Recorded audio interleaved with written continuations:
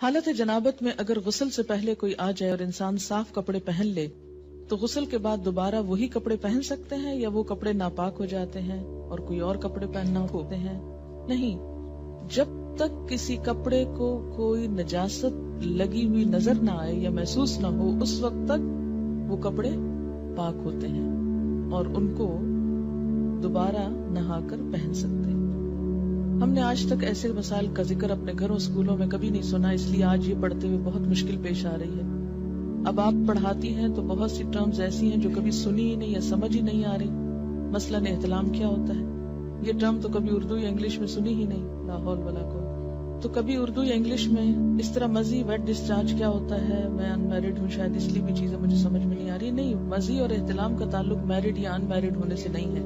احتلام ہوتا ہے نیند کی حالت میں کوئی ایسا خواب انسان دیکھے کہ جس کے بعد وہ کافی مقدار میں ویٹ ڈسچارج اپنے جسم پر پائے اور ایسا گمان ہو جیسے خدا نخواستہ سوتے ہوئے پیشاب نکل گیا ہے جسم سے، ٹھیک ہے، خواب یاد ہو یا نہ ہو۔ جیسے لیکوریا کا ڈسچارج تو خواتین کو عام طور پر معلوم ہی ہے کہ کس طرح ہوتا ہے، جیسے لیکوریا کا ڈسچارج ہوتا ہے ایسے ہی اس سے ذرا زیادہ مقدار میں ڈسچارج جو ہے وہ محسوس ہو سوتے وقت، وہ احتلام ہوتا ہے۔ یعنی احتلام کا تعلق سونے سے ہوتا ہے، نیند سے۔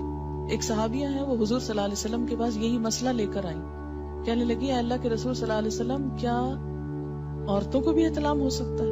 یعنی عموماً یہ مردوں کو ہوتا ہے لیکن کیا عورتوں کو بھی ہو سکتا ہے؟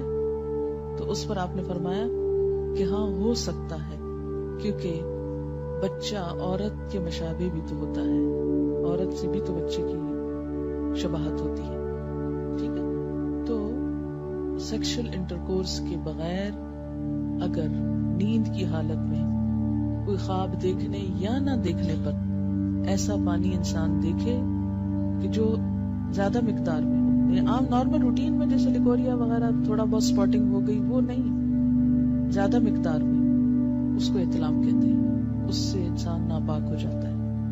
اور بعض اوقات ہو سکتا ہے کہ کسی خاتون کو کبھی بھی ایسی کیفیت نہ ہوئی ہو، بسا اوقات جسمانی کیفیت، آب و ہوا، کئی چیزیں انسان کے مزاج میں اثر ڈالتی ہیں، تو بعض لوگوں کو ایسی تکلیف ہو سکتی ہے۔ اگر کسی کے ساتھ ایسا نہیں ہوا تو وہ پریشان نہ ہو کہ میں تو شاید اب نارمل انسان ہوں، نہیں، اٹ ڈیپینڈس۔ مزی عام طور پر لفظ جو ہے یہ ویٹ ڈسچارج جیسے لیکوریا ہوتا ہے ایسے ہی ہوتا ہے، لیکن یہ جاگتے ہوئے ہوتا ہے، یہ نیند کی حالت میں نہیں ہے، یہ جاگنے کی حالت میں ہوتا ہے۔ اور اس میں عموماً ایسا ہوتا ہے کہ مثلاً کوئی ایسا سین آپ نے دیکھا ہے ٹیلی ویژن میں، یا ایسی کوئی کتاب پڑھی ہے، یا کوئی بھی ایسی چیز کہ جس سے جسم کے اندر خلل آتا ہے، یعنی انسان کے ایموشنز جو ہیں وہ ڈسٹرب ہوتے ہیں، تو ایموشنز کے فرق سے یہ ڈسچارج ہوتا ہے۔ یعنی لیکوریا جو ہوتا ہے بغیر ایموشنز کے ہوتا ہے، لیکن یہ ایموشنل کیفیت کے ساتھ ہوتا ہے۔ ایموشنل کیفیت کے ساتھ جو ویٹ ڈسچارج ہوتا ہے اس سے استنجا بھی لازم ہے اور وضو بھی لازم ہے، لیکن نہانا لازم نہیں۔ فوبیا ہو سکتا ہے، کوئی سائیکولوجیکل پرابلم ہو سکتا ہے، یا کچھ بھی اس کو نام دے سکتے ہیں، لیکن مزے میں لفظ آپ یوں سمجھے جیسے مزہ لفظ ہے نا، یہ اسی سے نکلا ہے یہ لفظ، ٹھیک ہے۔ ایک بچی کی ریسنٹلی شادی ہوئی، اس نے ایک میل مجھ کو کی، وہ اس قدر بیچاری پریشان، چھوٹی سی عمر کی بچی تھی، شادی ہوگی، اس کو شاید پہلے سے کسی نے کچھ نہیں بتایا، نہ ماں بتاتی نہ کوئی اور، جو ضروری چیز ہے وہ کوئی نہیں بتاتا، اور فضول میں بہت کچھ پڑھ لیتے۔